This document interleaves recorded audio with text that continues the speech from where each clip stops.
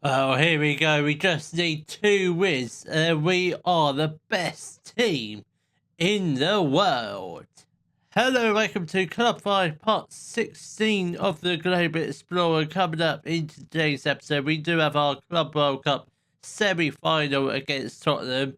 Then, should we win that, we will also have our Club World Cup final, whoever that may be against, as well as the rest of the part 2 of the transfer window, which we will go up until Champions League fixture release day, because you don't need to see the opening league fixtures. If it's anything to go by, we're going to want Europa League this year. So I think probably this year, just going to focus on the Champions League fixtures. And obviously, if we start messing up in the league, yeah, we might care a little bit more about the league. But I think the league's going to be pretty easy. But no new signings as of yet. But I'm sure there will be a few announcements later on in today's episode. Maybe another centre back coming in. But without further ado, let's get straight into our Club World Cup semi-final against Tottenham Hotspur. So the lineup will be Costa in goal, a back for Bradley, Rambosen, Bosch and Dino, Thiago Gavi in the midfield. Then we've got Bergkamp on the right, Soren in the middle, Saraceno on the left, and Hayne up front. We're going through a semi-injury, not really a semi-injury crisis. One is the only player out injured. Then we've got Falk, Kramashi, and Haristov all suspended.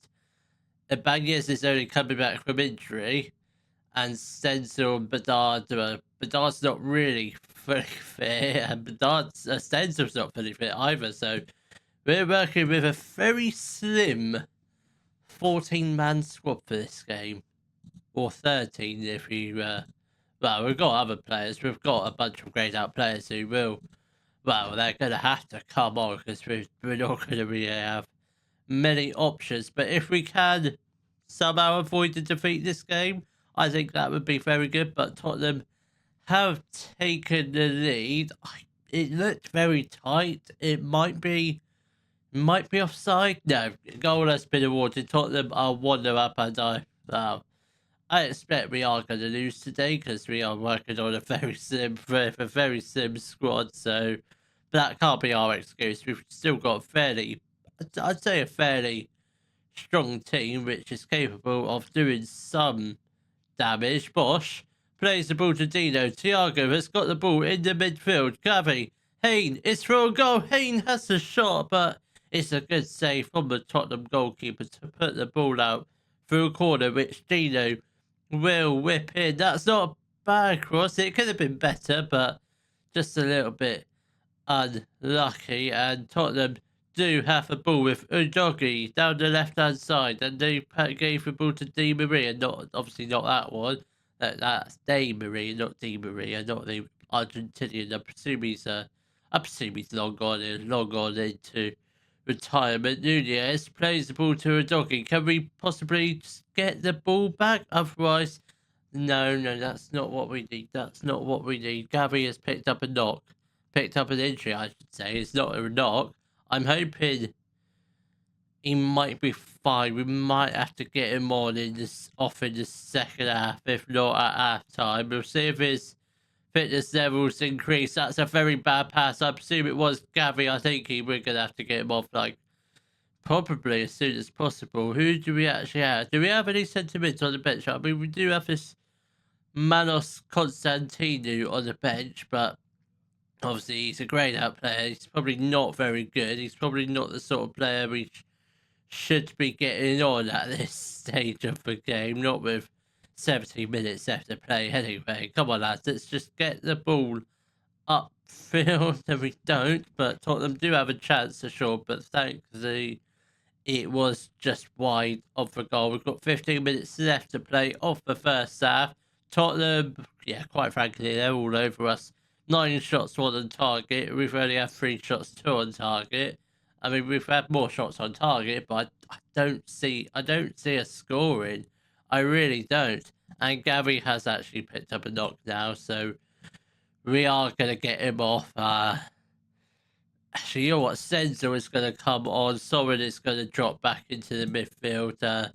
I know Soren again, he is tiring as well. So we're really pushing the boat for this game. I'm kind of hoping we do get knocked out, but if we do go through to the final, obviously the players that are suspended should be back for that game, hopefully, unless they're suspended for that game as well. Someone tries to make the run into the midfield, but doesn't quite get the ball. Rambosen Bergkamp has the chance to cross it. Really, he does. Larsane is there with the equaliser with 40 minutes left of the game, 5 minutes into the second half, and we are back on level terms. That is very good. A very good cross from Johannes Bergkamp. If we can deliver like that in the league, that would be absolutely fantastic. And also the Champions League as well. Obviously, Champions League equally more important than the league this year. Bergkamp has got the ball.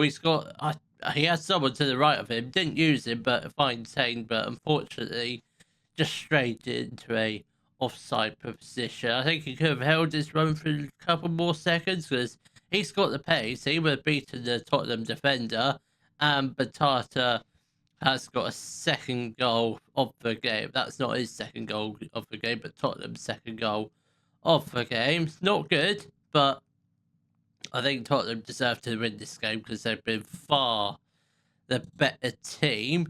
Right, we are going to make a couple more changes. Someone is going to have to come off for this grayed out fella, Manos Constantinu. And I think... Do we risk this, Steve Bedard? I don't know. Let's just get him on. Just give him a little run around, and we'll just get on this throwball fella on for Saraceno again. We're really limited to the players we can use. All our experienced players are on the pitch. We've just got a bunch of grayed out players on the bench, apart from you, Ibanez. But I don't see us getting an equaliser with 10 minutes left to play. But you never know what's going to happen. We've got a couple minutes left to play. Let's demand more in the hope we can get some form of late corner. And we don't. And we do get knocked out in the Club World Cup semi-final by Tottenham Hotspur. I mean, looking at our squad, I think that was always going to happen. I please hope there's no third place playoff. Is there a third place playoff?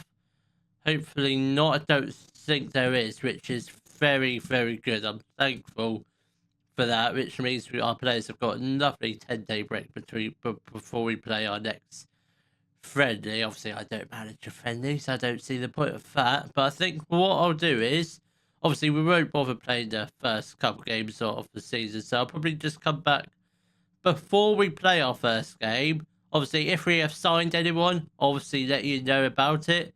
But I just hope between now and the start of the season, no more injuries, please. Well, we have reached the start of the brand new Bundesliga season. Obviously, if you didn't see the intro or the beginning of the video, we're not going to be playing the opening games of the season. We're just going to go straight through to the end of the transfer window, because I think between you and me, the league is going to be ridiculously easy. Now that I've said that, we're going to probably lose our opening two fixtures. Let's hope that doesn't happen. But we have signed one more player. That is Usman Diamande. He's a Ivorian centre-back, 3 stars of current ability, good Bundesliga player.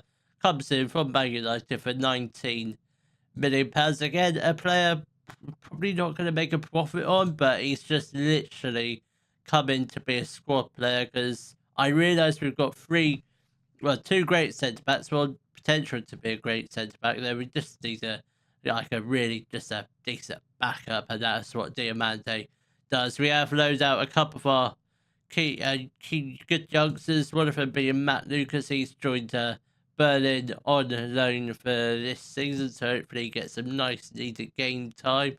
And Lars Wenzel has joined Hanover on loan for this season. Again, another one of our highly prospective youngsters. Hopefully he fulfills that potential. There is one more bit of transfer business to tell you about, and that is Steve Bedard. We have first of all, we rejected a £45 million bid from Madrid. Then he got upset, so then we just decided to offer him out. So highest bid at the moment is Inter Milan with 85 million. We do try keep I think we'll just go down to 85, see if we can get more money for him. But I honestly I think 80 million. I think I'd take 80 million for Steve Bedard. Didn't think we'd get that much. I was hoping we'd get at least 100 million, but at the moment I think Steve Bedard goes. It's a shame because he is well, with the league haven't even started, but he says he's top goal scorer. That's all the goals in the Club World Cup. Those don't count, do they? That should be null and voided now because the league hasn't started. That shouldn't count all these stats towards the league, which is a bit ridiculous. But this, at the moment, this is the squad going into this season with Bayern Munich. The goalkeepers this year, we've got Costa and Tadaro. So Tadaro is going to be first choice. Costa, whether he likes it or not, is going to be backup this year. Right backs at the moment, I think defence. I don't think defence is going to change now between now and the end of the transfer window. So we've got Hector Fort and Ibanez as the two right backs. Centre backs, we've got Diamande, Rambosen, Harissa, and Bradley. Then left backs, we've got Dino and Stefan Balsham, who his potential dropped off a curb. He used to be 5-star potential, he's now 3-star potential, so clearly he's not that great, so but he is only a backup. Then centre mids, we've got Gavi, Kamashi, Soren, and new boy Aurelio Marvin. So obviously with Billy Allen leaving the club, Gavi is going to step in as the deep line playmaker, so which we should probably train him to be that. Obviously he could pretty much play in any of the midfield roles, but he's going to be the playmaker this year. Then right wingers, we've got Thiago as the main backup person. Then our main right winger is Johannes Bergkamp. So full 5 stars of potential, full 5 stars of capability now. I mean, look at it. Look at this value now. He's well up into the hundreds. We did reject a bid from Tottenham, I think, and it just wasn't a good enough offer. Then attacking midfielders, we've got Paul Waller and Stenzel. And then left wingers, we've got Lucas Barzan and Lucas Saraceno. Then strikers at the moment, obviously we've got Lars Hayne. He's sticking around. And Steve Bedard, obviously at the moment, is going to be joining Inter Milan. So I suspect a new signing before the end of the transfer window. So I think for now, let's skip forward to Champions League fixture release day. Champions League release day is finally arrived, but before we do reveal the Champions League fixtures, although you can see 2 of them, that's AC Milan and Sevilla. So before we do reveal the rest of them, we do have one more signing to announce, and Lars Wenzel, that's his confirmation to his move to Inter Milan for 80 million. How much should we sign him for? Nothing, because he was a academy. I tell you what, that was good. When I joined Bayern, he was probably like 3 stars worth of capability. Don't think he had very much potential, but now he's probably, I'd say, at least the best German striker in the world. Behind Lars Hayne, obviously. I don't know if Lars Hayne, I can't remember if Lars Hayne is German or not. I presume he is, but this is our new backup striker. That is Fabio Lopez. He's a Portuguese 18-year-old striker, 2 stars of capability, 5-star potential. Leading Bundesliga 2 player, potentially Bundesliga standard. Comes in from FC Porto for £26 million. So fairly cheap for an 18-year-old. And I mean, look at his value. I'm hoping he's going to be one hell of a player. With finishing of 15, I don't expect him to get 10 goals this year, but I'm hoping for at least a good few. But let's just hope he will get some game time. Obviously, won't start many games, but obviously let's just hope Lars Hayne can stay injury-free this year, but now let's see who we face in the Champions League. So we shall be facing, obviously, we know the first two fixtures will be AC Milan and Sevilla. Those two games will be coming up in the next episode. And we also face Napoli, Porto, Partizan, Chelsea, Salzburg, and Man United. So face two English teams, two Italian teams. Obviously, Sevilla are Spanish, Porto Portuguese, Partizan Serbian, Salzburg Austrian. So quite a vast array of countries we will be visiting. But I think the standard league phase fixtures, I think it's fairly simple. I think they're all winnable. I think there's some more challenging than others, like AC Milan and Man United. Obviously, AC Milan were the team that knocked us out in the semi-final. That I think it was last season they knocked us out in the last season. So we've got to get some revenge on them. If we can beat them, I think that would be very, very good. So apart from that, I think that's probably it for this episode. I doubt we're going to sign anyone before the transfer window closes. So unless anyone joins, obviously I'll let you know in the next episode. But for now, I think that's where we'll end it for this episode. So obviously, I wish we had won the Club World Cup, but in other news, we did win the Super Cup. We did beat Mainz 5-3-1 with the goals coming from who scored? Ristov, Hayne and Rambosen. Then we thrashed Villingen 11-0 in the first round of the German FA Cup. Then obviously started the league pretty well with wins against Hamburg. Is that Hamburg? Yeah, Hamburg 4-0. Bergkamp with 2 goals and Harissa also with 2 goals. Then we just beat Frankfurt 2-0 against with the goals coming from Marin and Saraceno. So hopefully by the time of the next episode should have 2 more wins in the bag. So I will see you all tomorrow for our first fixtures in the Champions League against AC Milan and Sevilla. If you have enjoyed today's video, please give a thumbs up, subscribe to the channel for more Daily Football Manager videos, and thank you very much for watching.